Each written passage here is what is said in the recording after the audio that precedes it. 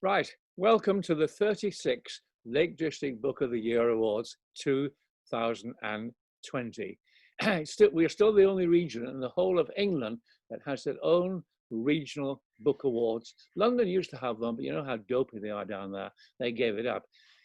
The rules are the books must be mainly set in Cumbria. The author can be alive or dead or anything in between, which we all have been for the last 3 months. You can be writing fiction, non-fiction, poetry, anything at all, but it must be mainly set in Cumbria. For the first time in 36 years, we're not having a proper presentation lunch. Usually our lunch is the literary event of the whole Cumbrian year. Oh, yes, it is. Don't argue. Touts sell tickets down the high street. We have it in different hotels year by year, and all the ladies turn up in their posh frocks, and all the gentlemen turn up in their best linen suits. And if you're not sitting looking smart watching this program, we know where you live and will be around. We've had 68 books entered this year, which is fairly average for the last few years. Most of the books are the author's life's work, meaning they probably won't, he or she probably won't write and publish another book. And most of them, judging by the publishing house, which is often the name of their cat or the name of their street, self-published. So these people have worked for a lifetime on their books. They've entered the competition months ago, so it seemed rotten not to carry on without the awards, because we've got brilliant sponsors, we've got the money to give them a cash award, and we've got certificates. So we're going ahead this year with the awards on, it's called Zoom, I think. It's all a mystery to me. The three judges are Fiona Armstrong. She's well known to Cumbrians and in fact known to the nation as a TV broadcaster and presenter. She is also known, because I'm very respectable and very respectful. She's also known as Dr. Armstrong, because she got a PhD, and she's also Lady McGregor, as she's married to the chief of the Clan Gregor, sorry. Eric Robson, who's got a really brilliant beard, much better than mine, is a well-known broadcaster as well, and he's chairman of Cumbria Tourism, and he's chairman of the Wainwright Society. I'm sure you remember that Eric was the presenter on those brilliant Wainwright television programs, the walking programs, which helped to make Wainwright nationally famous. The third judge is me, Hunter Davies. You might not believe this, but I went to the same school, Carlisle Grammar School, as Eric. He is much, much younger than me, of course. So we have 6 categories, and we've chosen a short list of 3 in each category. The people, that's 18 shortlisters, they don't know who has won each category. They know by now they're on the short list, that's all they know. And nobody knows until we finish this event, don't fall asleep, who has won this year's Lake District Book of the Book of the Year. So they'll be sitting, those 68 people, I hope, all of them, will be sitting watching in silence behind the sofa, their eyes closed, trembling, just like watching the Premiership. The first category, which I'm going to tell you about, is called People and Business. And there are 3 on the shortlist, and the first one on the shortlist is called Pennington Pepys. Pepys is spelled P-E-P-Y-S, not P-E-E, not peeps as in peeping. It's not some bloke doing peeping. It's Pepys meaning the diaries, because it's a diary. And it's about the diary of a gentleman called William Fleming in the early 1800s in Ulverston. And it's been beautifully edited by John Graham Livingston and published by the Mirror Press. The diary of a gentleman called William Fleming, who lived in Ulverston in the very early 1800s. And the thing about it, even though that's 220 years ago, it's so modern and it's so funny and it's so colorful and it's so indiscreet. He has lots of bitchy stories about drunken vicars, the sort of thing you'd only write in your diary then and now, indiscreet things about your relations and your chums. He describes a very posh lady who was at some sort of public meeting, and she's trying to use a new contemporary word that's very fashionable, and she gets it wrong. She wants to say how hot she is, and instead of saying she's suffering from perspiration, she said she's suffering from pispiration. So I laughed at that, as they did in 1802, because childish schoolboy minds haven't really changed. The second book is My Dad's Army. Can you see that? My Dad's Army. And this is a book, this is stories of soldiers from the 9th Battalion of the Border Regiment. That's the Cumbrian Regiment. And it's compiled by Ian Wilson. And Ian Wilson's father was in the 9th Battalion. And when Ian Wilson was little, his dad used to tell him stories. So he's tracked down other people who were in the regiment with his father and got their story as well. There's one nice story his father told him during the war. He was home on leave from the front, and he came back to Carlisle to meet his girlfriend. And he takes his girlfriend out to the Lonsdale Cinema, which now doesn't exist, alas. And they go to the cinema, and they come home, and it's only when he gets home he suddenly realizes he's left his rifle in the cinema. Oh God, I'll be shot, he shouts. So he rushes back to the Lonsdale Cinema, asks for the manager, tells them what's happened. The manager takes him to a cupboard which is filled with army rifles. And it's all been left by soldiers from the Border Regiment who have been in the cinema in the dark with their girlfriend and taken the girlfriend home and left the rotten rifles behind. So it's a very amusing book. And the third book on the short list for the biographies and business is Slightly Perfect. Can you see that? And that is a book by John Cunliffe, who is a Cumbrian, and he created the hotel called Gilpin Lodge, which is a very famous hotel near Windermere, which I know well. It's absolutely stunning. He had a lifetime before he took over the hotel in various catering firms around the world in big posh hotels. But the family originally owned Gilpin Lodge, and he bought it back, and he bought the lake house, and he turned it into an amazing hotel. So the story is personal, but it's also about the creating of a business. And he's very funny about all the awful chefs that have driven him mad over the years. And I really enjoyed it. It's very honest and very revealing. But the awful thing is that John died in April. So that is, whatever it is, 2 months ago, aged only 76, after a very short illness. So it's been a tragedy, obviously, for him and for his family and his wife, Chris, and all his children. He never knew the piddling bit of news in his life, if he lived, was he was on the shortlist for this award. This is his first book he's done, and it's an excellently produced book. And in fact, he didn't know, of course, that because we keep it very, very secret. Anyway, John Cunliffe, with his book Slightly Perfect, is this year's winner of the People and Business. So John's book, Slightly Perfect, is the Cumbrian Biography of the Year. Now I'll hand over to Eric, who's going to tell you about a category, and then you hand it to Fiona, who'll do one, and then so on till we fall asleep. Eric. Thank you, Hunter. Well, one of the delights to me of Lakeland Book of the Year is the great platform it provides for first-class local history. And this year's is no exception. Bob's Jottings is a great little book, bringing together village history articles from the St. Bees News. It makes up for its lack of size by putting together a formidable cast of the good, the bad, and the dangerous to know. I never realized that St. Bees was such an exciting place.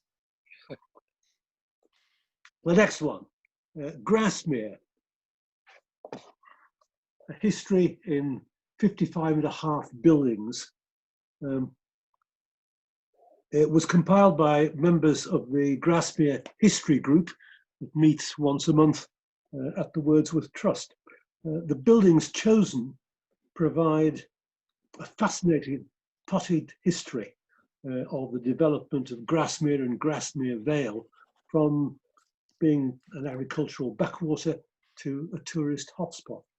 And if you're wondering what the half building is, I'm told it's the Easdale Tarn Refreshment Hut, which has fallen on hard times and is now scarcely a footprint.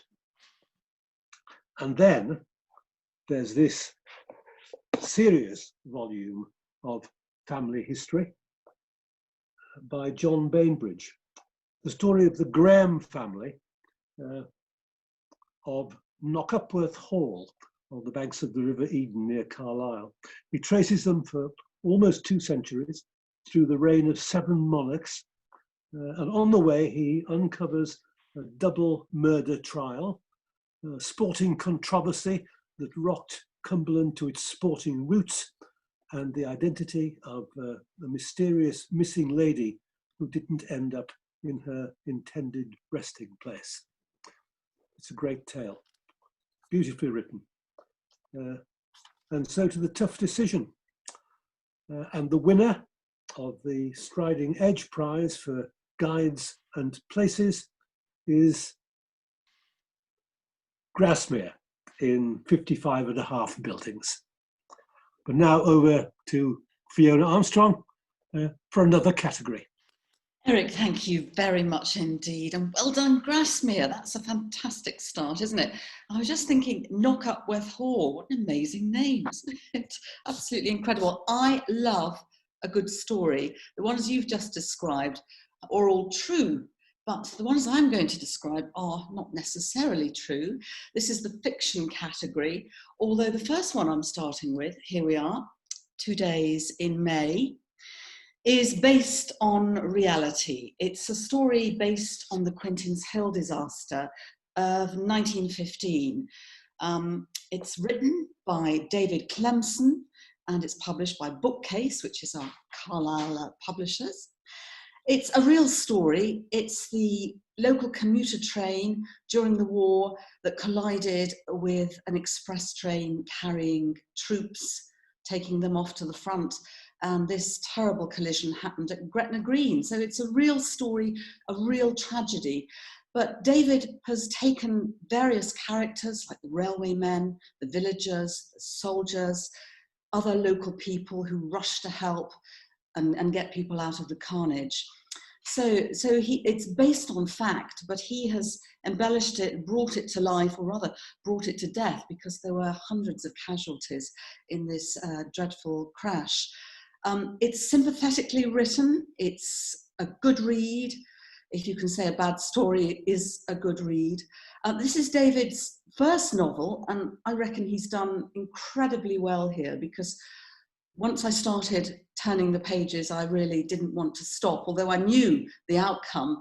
It was so poignantly written that I really felt I just had to turn the pages and get to the end. Now, as I say, this is David's first novel. He works in education. He's written numerous books and articles, but this is the first time he's gone into fiction. So, David, well done. We really enjoyed this book, 2 Days in May. The second book I'd like to talk about is this one. Here we are, Secrets of the Flock. Have I got that the right way up? Yes, I have, I think so. There we are. Secrets of the Flock, J.B. Brown. Now, when I started reading this book, I wasn't quite sure what I was getting into. The blurb said it's a love story. It's set in the Lake District. You've got various characters. You've got an elderly shepherdess who's really quite lonely. And into her life comes a teenage fell runner and a prisoner who is on day release from the local prison and is having to do something in the community to repatriate themselves before his release. And it's about the relationship that develops between these characters and the women that they meet, the girls that they meet as well. The shepherdess has a heart of gold, as you might expect. J.B. Brown is the author of this book, and it's published by Rough Fell Books, who are based in Keswick. Again, another lovely local publishers, so well done there. I just found it very poetic and beautifully written. The author's mother was actually a shepherdess, so the author, J.B. Brown, is writing from experience, having worked with sheep and been on a farm since they were absolutely tiny a child. The opening description is just so vivid. It's of a ewe giving birth to a lamb. And the whole thing centers around farming life and relationships and disappointment and love. Again, I'm probably overusing the word poignant. It is poignant. It's beautifully written. And it made me read it. You know, I couldn't put this down. I read this in a day, and I felt sometimes a bit sad, and other times I felt uplifted. So do read this book, Secrets of the Flock. It's another beauty that you should get your hands on. And last but not least, in the fiction category, here we are, Out of the Deep. And this is written by Ruth Sutton. Now, Ruth, you've written about 7 books, I understand, and I think I've read most of them. I'm a great fan of yours, I really am. It's published by Hode Press in Millom, another Cumbrian publishing group. And it features DC Anna Penrose of the West Cumbrian Police. Now, this all starts when a body is pulled from the deepest lake in England. And at the opening of the book, the preface, you don't know who's doing it, but you hear the boat going out and the oars splashing on the water, and then the body being bundled into the water with a great big splash, and they all hope nobody will ever find it. And of course, it is found, and there the story starts. It's pithy. It's quite raw in places, Ruth, I think, if that is the right way, but I love a good detective story. I love something, again, that keeps me turning those pages. And it's the places that we recognise in the Lake District. It's the people and the characters that we recognise as Cumbrians. It's so real. So Ruth, again, absolutely brilliant. Loved that book. Keep on writing those detective novels. As Eric says, you know, it's really hard because there can only be one winner in every category.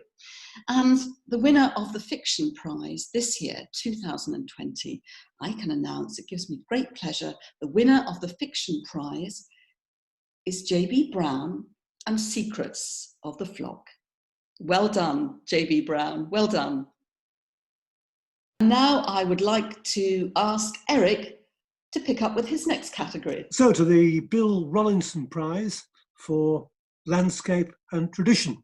And first up, house and knots. 2 Norse words that describe this guide to Lakeland views by Guy Richardson. This is a wonderful interpretation of 22 spectacular viewpoints, calling up their history, the influence of man on them, and the likely environmental pressures that they're going to face. As Guy says in his introduction to the book, whether you're reading this book with your boots on, sat on a rock, or with your slippers on, sat in an armchair, you'll be taken to places familiar and offbeat for you to enjoy, looking at their history.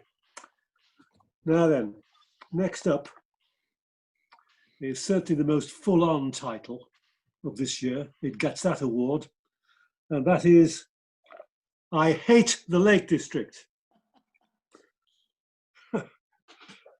by Charlie Geer, sweeping away the bucolic pastoralism that normally is associated with Lakeland things.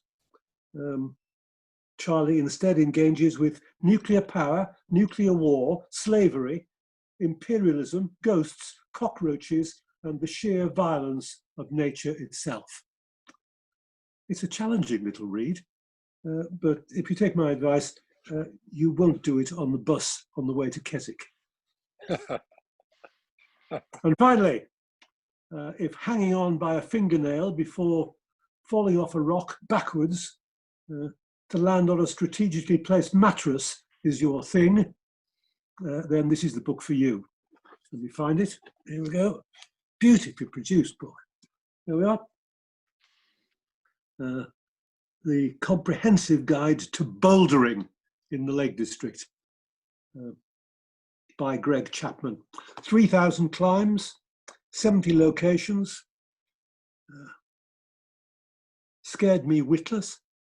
but it's beautifully produced description of one of the finest bouldering regions in Britain. Thank goodness I'm sitting down. And the Bill Rollinson Prize for Landscape and Tradition goes to Howes and Knots. Well done, sir. Hunter, over to you. Thanks, Eric, and thanks, Fiona. By the way, Fiona, next time you're on Zoom, if you want any book to put in your background, because obviously you're sitting in an outhouse, an empty outhouse, in your massive baronial estate, Eric and I, as you can see, we've got loads of books. We'll send you some in a Pickford's lorry, driven That's by fine. Eric. I didn't want you to see my library because there's books you mustn't see there. I'll end up in the newspapers. Fanny Hill, you mean? I'm now doing literature and poetry, and this has once again got 3 on the short list. And the first one on the short list is The Magpie's. Can you see it? The Magpie's Nest. These are, for want of a better word, folk tales by Taffy Thomas, MBE, who's very well known in Cumbria as a storyteller. And there's illustrations which are very charming and lovely, by Becca Hall. And the book's published by the History Press. So it's stories and poems and riddles, all about one thing: birds that fly around. But I'll read you one of the poems about a bird. Page 35. Hope you notice I'm not putting spectacles on. I don't need reading spectacles, being a young, virile gentleman. There was an old man with a beard who said, "It is just as I feared. 2 owls and a hen, 4 larks and a wren have all built their nests in my beard." The next one is, you're not laughing, I thought it was funny. The next one is A Peopled Landscape. The title doesn't really give it away what it is. Can you see it? And if you look at it carefully, you'll see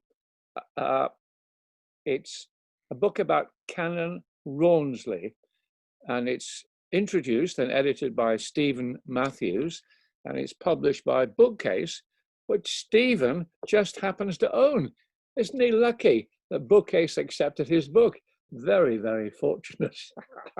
Anyway, it's all about Canon Rawnsley, the great Keswick vicar and canon, and who was the co-founder of the National Trust, as everybody in Britain should know. And he was a friend of Beatrix Potter, and he was involved in so many good works. I was actually going to do a biography many, many years ago, and I couldn't get a rotten publisher to agree to it. So this is a very good attempt at partly a biography and partly a collection of writings by Canon Rawnsley. The third one on the list, for the short list for the literature and poetry, is The Cumberland Bard. Can you see it? Nice illustration there. This is about Robert Anderson of Carlisle, 1770 to 1833. And he, in his day, in the 19th century, was a very well-known Cumbrian poet. He wrote a lot in dialect, but not always. And he wrote songs. He was very well known in London as well, because he wrote songs that were sung on the music hall.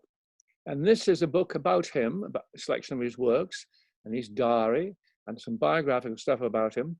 And it's the first time Robert Anderson's works have been in print for 100 years. So well done, Sue Allen. Did I say it was done by Sue Allen? Anyway, she's done an excellent job. So those are the 3 books: The Magpie's Nest, The Cumbrian Barb, A Peopled Landscape.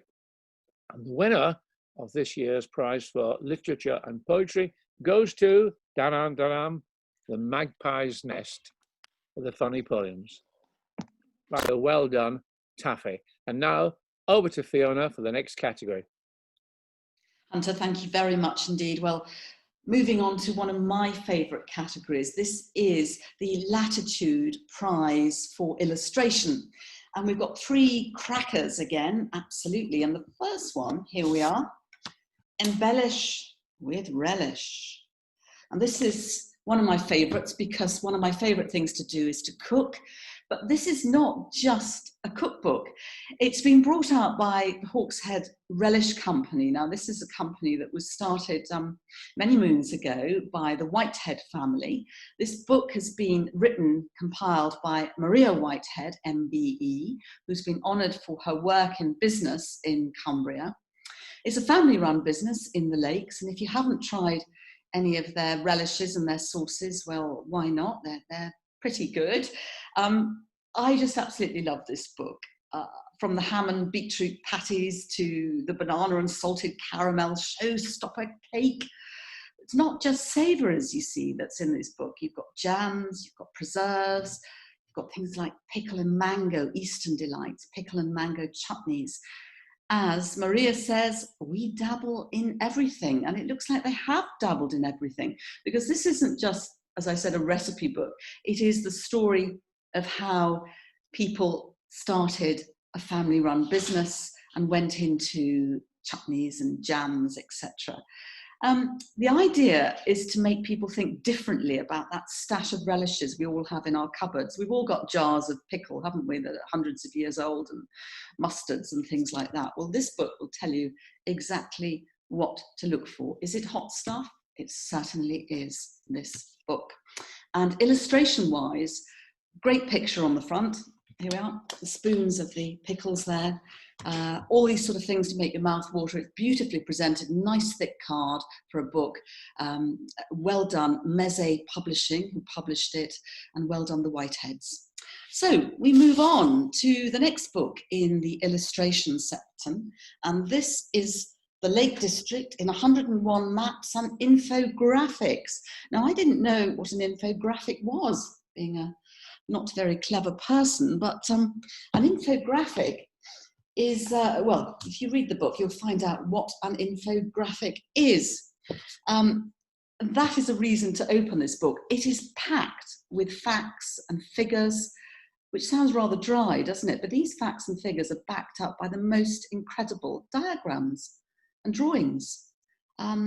It's not just maps of the Lake District, it's much, much more. Dave Felton was the text and research person. Evelyn Sinclair, the illustrator. Andrew Chapman did the design. It's published by Lake Island Limited. So it's a team effort, and it might go from a history of Cumbria, from the mountains that appeared, to the tourism that now exists. Hadrian's Wall, the Border Reivers, the mines and the mills. It might go from the films that are made here. It might tell you that we might think we've got the wettest place in the world in Cumbria, but actually we don't. There are other wetter places in the UK. It talks about the special people who made Cumbria special: Beatrix Potter, Alfred Wainwright, Hardknott Pass, Ullswater, Kendal Mintcake, and yes, that ever-present rain. It's got the wonderful place names: Idle Hill, Unthank, Lickbarrow, Cockup. Yeah, and it's got Cumbrian insults. You're a windy bag, or you're butty. That means you're fat-bottomed.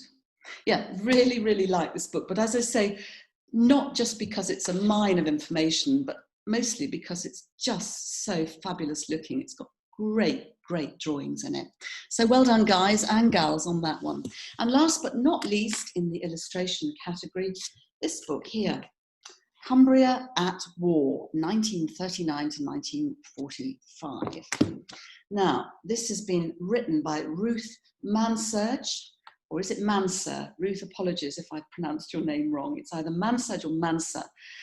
Ruth has done an incredible amount of research to look into what happened in Cumbria during those years, those war years. It's published by Pen and Sword Military. Now, Ruth has been a journalist and she's been a sub-editor, so I certainly found no mistakes, no spelling mistakes in here, Ruth. But you did tell me lots of amazing, fascinating facts.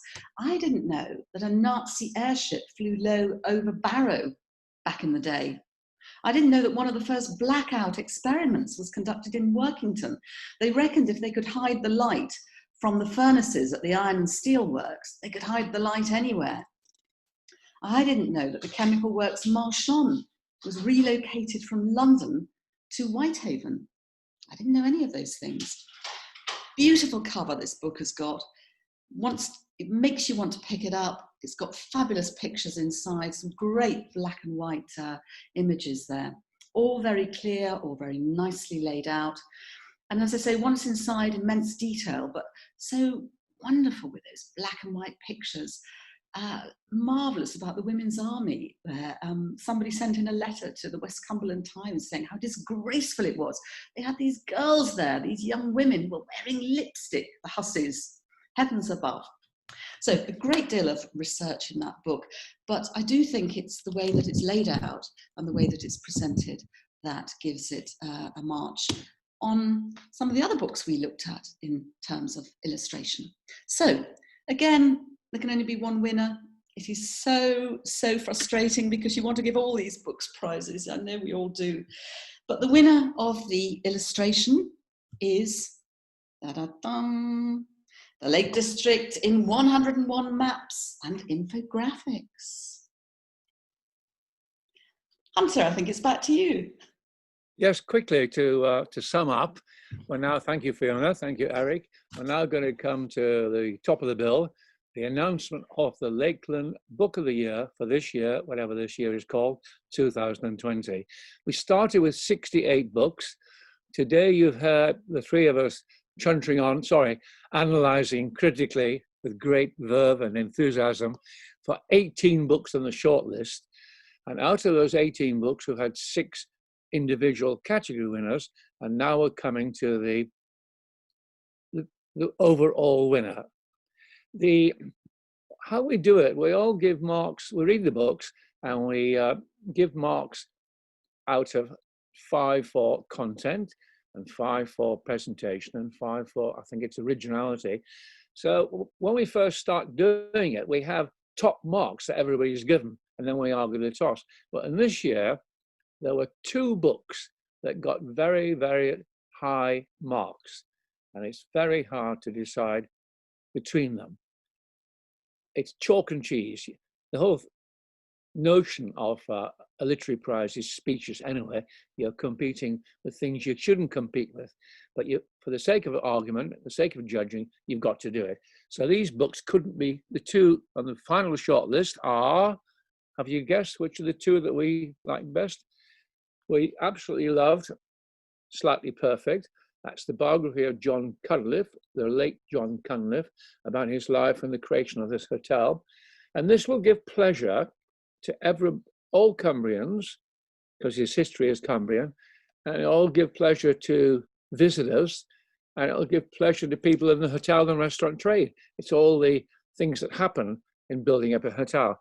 So that was almost the winner, but the winner is very, very marginally the winner. Da-down. It's the most incredible book. I think in the 36 years of the competition, I personally haven't come across a more unusual book, a more modern book, a more inventive, imaginative book. It's actually a guidebook to everything to do with Cumbria, but it's explained by illustrating it with maps and graphs. So it really is an amazing bit of work. So I've got to congratulate the 3 authors, David Feltham, Evelyn Sinclair, and Andrew Chapman. You are the winners of the 2020 Lake District Book of the Year Awards. Well done to everybody for entering, and thanks to Eric and thanks to Fiona. I hope the Cumbria Tourism are putting this out. I hope what they'll now do is they'll add audience noises to it. You know, the Premiership football, you can watch the Premiership football and they've added on crowd noises. So I would like to hear people laughing at Eric's jokes. I want to hear people applauding, because when we have the big event each year, the literary lunch, the hubbub and the buzz is enormous, partly to do with the drink, partly to do with stuffing our faces, but it's a jolly atmosphere, and it makes me and Eric and Fiona perform better and enjoy ourselves, and everybody does. So Johnny from the tourist board put a bit of noise on the background, cheering and clapping. Anyway, that was the 2020 annual Lakeland Book of the Year Awards, and I hope the next 36 years will be live in a lovely hotel. Thanks very much for watching.